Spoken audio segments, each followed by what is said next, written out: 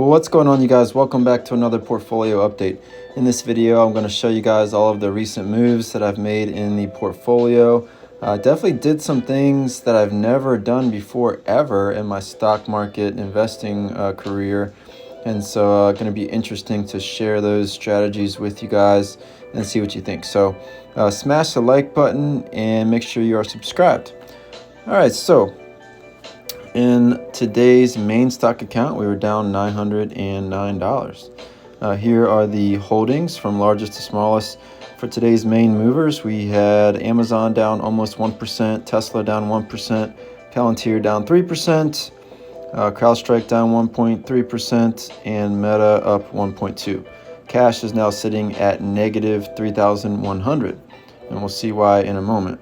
I haven't done one of these gain/loss updates in a while, so just going to take about 30 seconds and run through these. Amazon, we're sitting on a 62% gain, $125 average share price. Tesla, we're up 71.8%, average cost is $198. Palantir, we're sitting on 317%, cost basis is $14.61. Shopify up 54%, average cost $67. Microsoft up 47%, average cost $281. CrowdStrike up 193%, average cost $119, and Meta up 32%, average cost is $430. So the major thing that I did was on the 14th of November, I was assigned 100 shares of Enphase at $94. So this was obviously problematic because Enphase at the time was in the low 60s. And so this was not something I was anticipating. In fact, I had attempted to sort of get around this by rolling out the contract.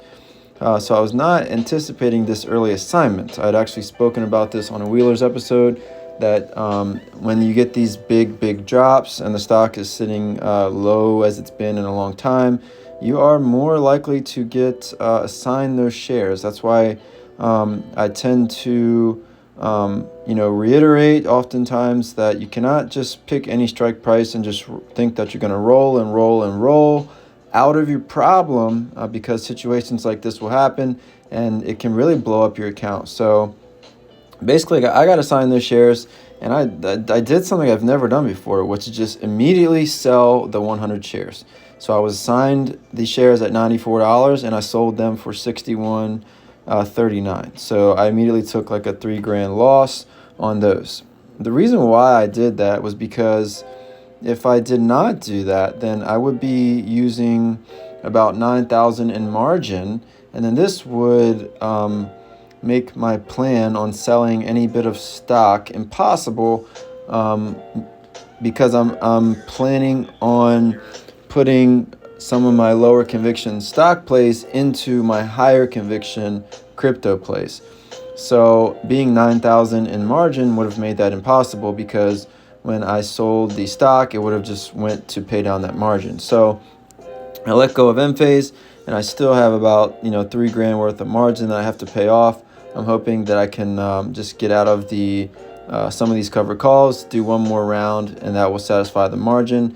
And then if crypto does take a big dip, then I will be able to sell the shares and actually take out the cash instead of just paying the margin. I know I could technically get like a loan against the portfolio and take out cash that way, but I don't really want to do that. So next thing on the 15th was I bought back the Amazon 225 calls. So this was like what I would consider, just the optimal situation for a covered call. So I closed this 2 or 3 days after I opened it, up 71.5% for a $99 gain. Now that doesn't sound like a lot, $99, but if I had been able to execute this type of patience with the other 300 shares, this would have been a $400 gain. So that's just how I'm looking to execute these sort of calls in the future. So nice to get in and out of that in only a few days. Rolled the Palantir cover calls from 35 to 36, move those out to February 21st. So that was all in this particular portfolio. If also, one thing to keep in mind is if I would not have sold only one contract, I probably would not have been able to just let those go, because then we're talking about a $6,000 loss, and that becomes more of an issue, to just sell the shares right then and there. So keep that in mind. It's another reason why you want to not oversize whenever you are selling puts. I tend to just do one or two contracts for those $50 to $100 stocks.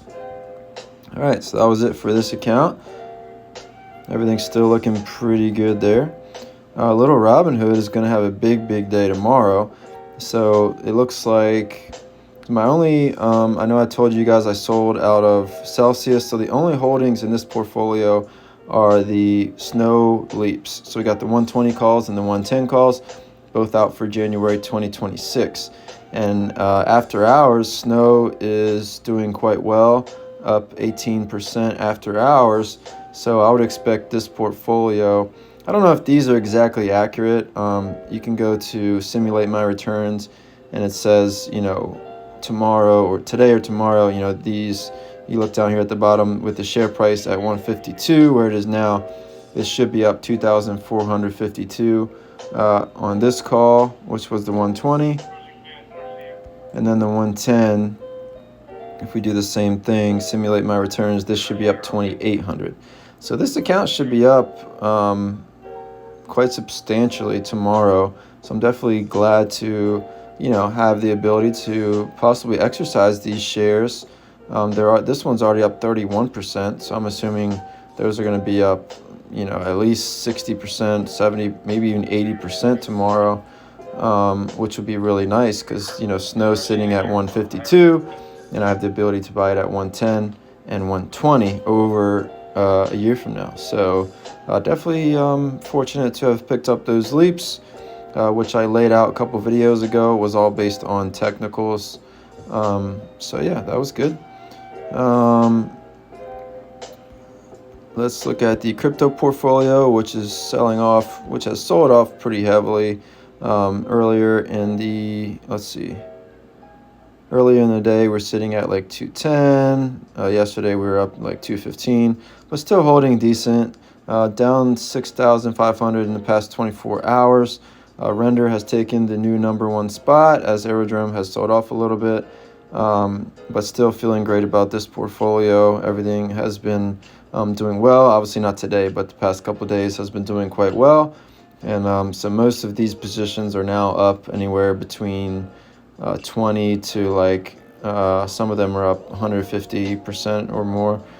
So definitely happy with this, and we're not even near, on based on all the charts that I'm looking at, Bitcoin dominance wise, we are nowhere near. We haven't even started an altcoin season. So these are going to see multiples, double, triple, 4, 5, 6x in a matter of months once altcoin season does in fact start. So we're nowhere near that right now. And then lastly, let's just look at the near-term expiring options. We have the Tesla,